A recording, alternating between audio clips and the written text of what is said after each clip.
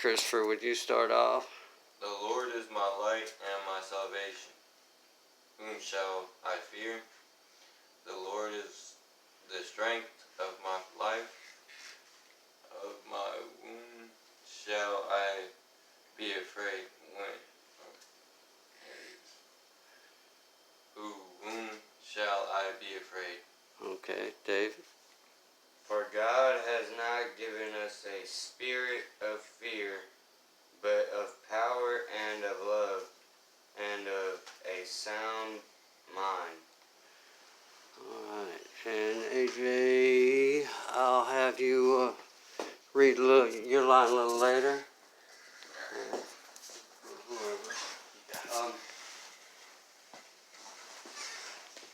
I wanted to go a little farther into what we did last week with, even though I walked through the valley of the shadow of death, I feared no evil, for you are with me, your rod and your staff comfort me.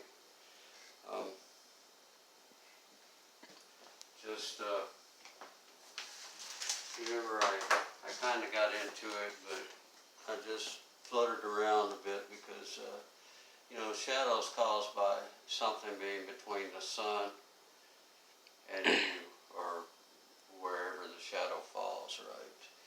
And so we can speak of the sun as in Jesus Christ, or the light of God, or whatever.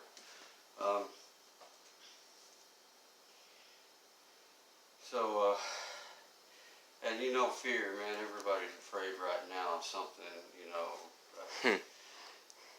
they're just going crazy over this virus. I just seen a video.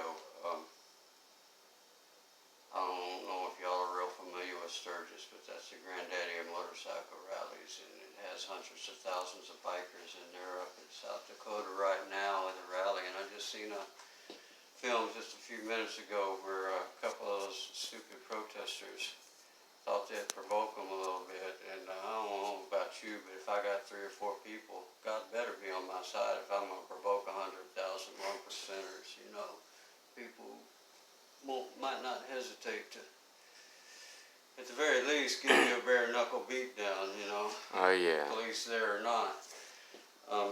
But anyway, but that's creates fear in us too, because for me, I can't go out in public, and if I need to sneeze or cough, I get afraid because I know how the overreaction that people are going to get. Just like we talked about, in the gym with that lady. Everybody is just completely overreacting on these things, and they've got that old medieval torch and pitchfork mentality, or the witch hunt mentality. We haven't grown. You look at what we're doing now and what we did then. We haven't evolved at all in the love of God, okay? Or we have devolved, because I know that we were up in there for a while, because that's what I wanted to move this on to. You guys, as school starts and things like that, to be sure that you don't end up being what gets between someone and God, okay? You don't create that shadow, because, there are bullies, teachers as well as students. You've been bullied by the faculty because you didn't want to deal with that redistricting, where it seemed like all they put in there for the early transfers were athletes, and you weren't happy about that because this was your home, and then you found out that they didn't consider you the same way, and they've been bullying you ever since for refusing to comply, even though the other school didn't have what I your needed. major, so so be sure and be confident that God's going to take care of it. Don't lash out on your home. We've talked about that, and you've seen it firsthand, okay? Like the faculty, they already have their jobs, okay? Their jobs are pretty much secure unless they really screw up, which they do it from time to time. But behave yourselves, mind your words. come at it with the right attitude, okay? We don't want to come at it with attitude as a teacher. David, what comes after a sentence? And David, instead of saying a period, says an appeal, teacher. Okay? We don't want that.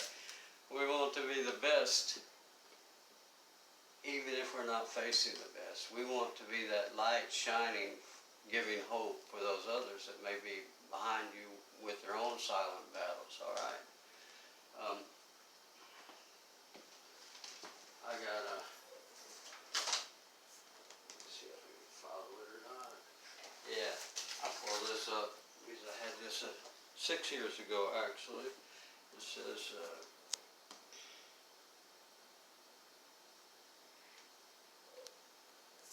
3 years ago. Make level paths for your feet, so that the lame may not be disabled, but rather healed. And then kind of a comment on that, make level paths a call for the upright conduct that will help rather than hinder the spiritual moral welfare of others. Educational, you can put that in there too. Especially the lame who waver in the Christian faith, okay? I'm calling you guys to be leaders, okay? You gotta be an exemplary behavior, regardless of the circumstances. Just like if you're running track or you're playing football or whatever, you're being your best in that competition. And your best, I've told you guys how I was a bench warmer in football all the way through my last year, and then I ended up being a captain on the team, right? Okay, well, in my freshman year, I was on a team in a different school, and I'm always the smallest guy, and we were having our two-a-days, which was a real killer, and I remember one of the star players there, they were talking about how tough it was, and he mentioned me specifically. He said, man, if it wasn't for Pearson over there pushing through all this and putting this out, I'd already quit, I mean, so you can even be a bench warmer and lead a leader, because these guys were like literally ranked.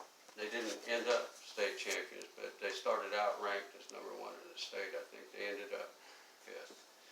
But, so you may just be out there trudging along, giving it your best. Somebody will be watching you, and it may be somebody you may not even realize, whether it be somebody down here, it may be somebody where you may be leading someone way up here that you wouldn't even consider, who would be following you. So give it your best effort no matter what.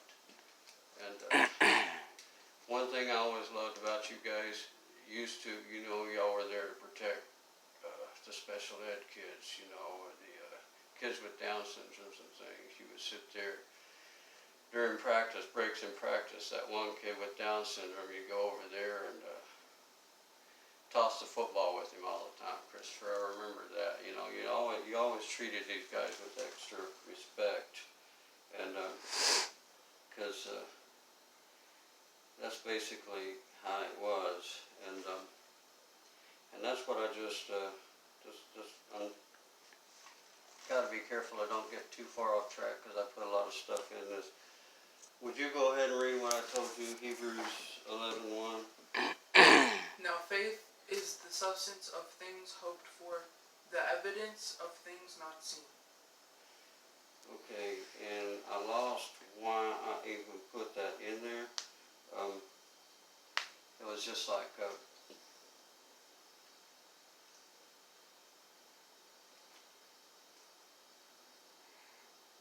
had something on here.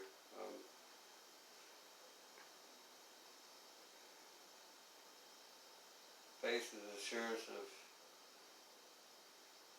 of things hoped for and the conviction of things not seen. Okay, I had evidence there. I wanted to take conviction. I preferred Uncle Webster's because, one little joke there about the appeal, all right? This is a different kind of conviction. This is a conviction of a firmly held belief or opinion, okay? Now, you believe you're going to graduate, right? You believe you're going to get all passing grades. grace, right? So, you believe that, in order to believe that, you gotta study, right? And,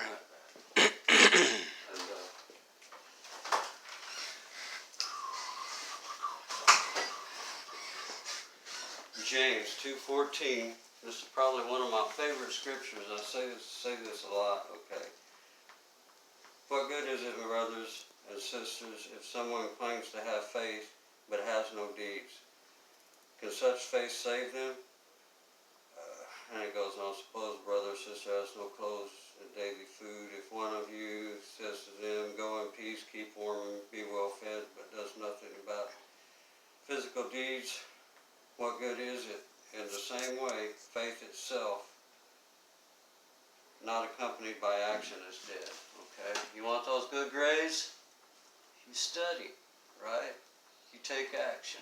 That's another thing I was proud of you guys about. When y'all were little and y'all first came in, to live with me, just the three of us, and we lived over there, and I'd let y'all walk across the street and go to Church's Chicken and get chicken for dinner every once in a while, and y'all come back with half a bucket of chicken, and I was like, y'all hungry, I said, oh, that homeless guy down the street, we set him up with a meal. Y'all were always good about doing things like that. You don't say, I'm going to pray for you that you can eat. If you've got the ability, you help somebody. You reach down and you help them up. You just say, well, I sure hope somebody helps you up, okay? I'm going to pray for you. That's But anyhow, that's, just kind of follow that. Remember, study. Just like I tell you guys, pray and study every day in the Bible. When you go to church or whatever, don't just take the pastor's word for it. Don't take my word for it, because we make mistakes. Okay? Especially me. Sometimes I get scriptures completely mixed up, or, my mouth has a tendency to go off on its own track from time to time and slam words in there, kind of, I guess, a form of dyslexia. But, so read it, study it, pray. You can read that Bible all day long and you can read words, but if you pray to God for the wisdom, spirit, the wisdom and the knowledge beforehand, you'll get a lot more out of it.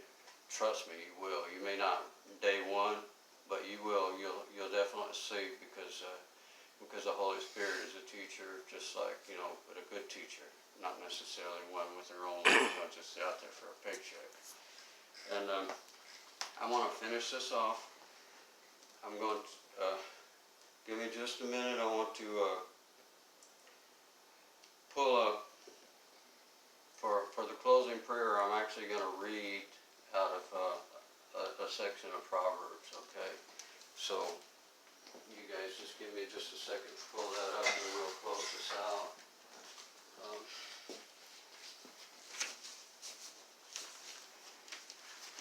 I'll turn this on. Always hit the wrong one. You can come over here if you want to. I'm just going to kind of kneel down here and read this. I'm going to read out of Proverbs chapter 2, verses 1 through 15. And I'm making this prayer for basically for you guys for starting school. The school starts in 2 days.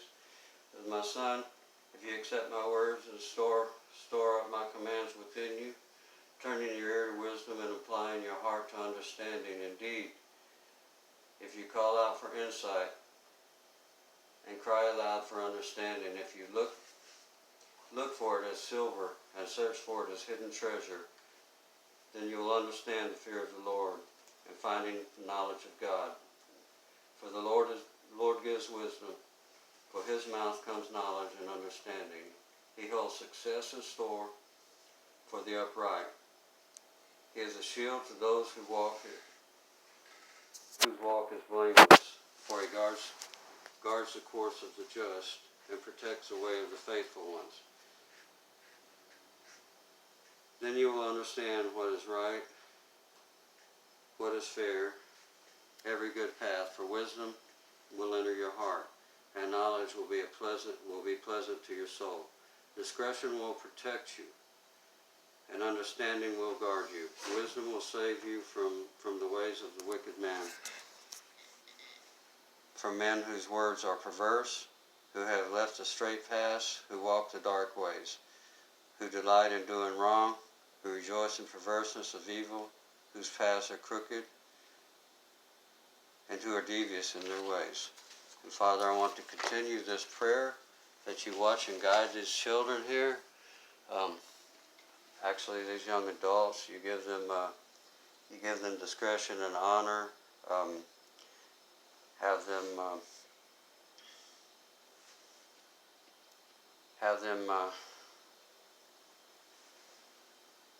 pull away from peer pressure. We know peer pressure was a part of the original sin. Okay, Eve took the apple. She handed it to Adam. Adam took it. Okay, you've got a form of peer pressure there. If people are misbehaving, don't let these guys fall in and do it, but let them be leaders of right.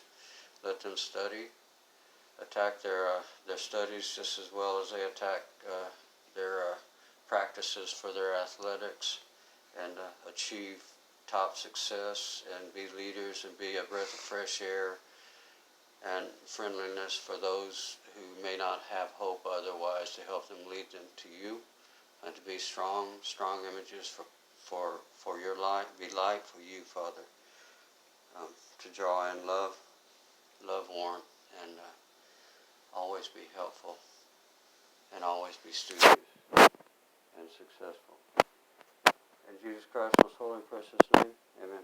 Amen.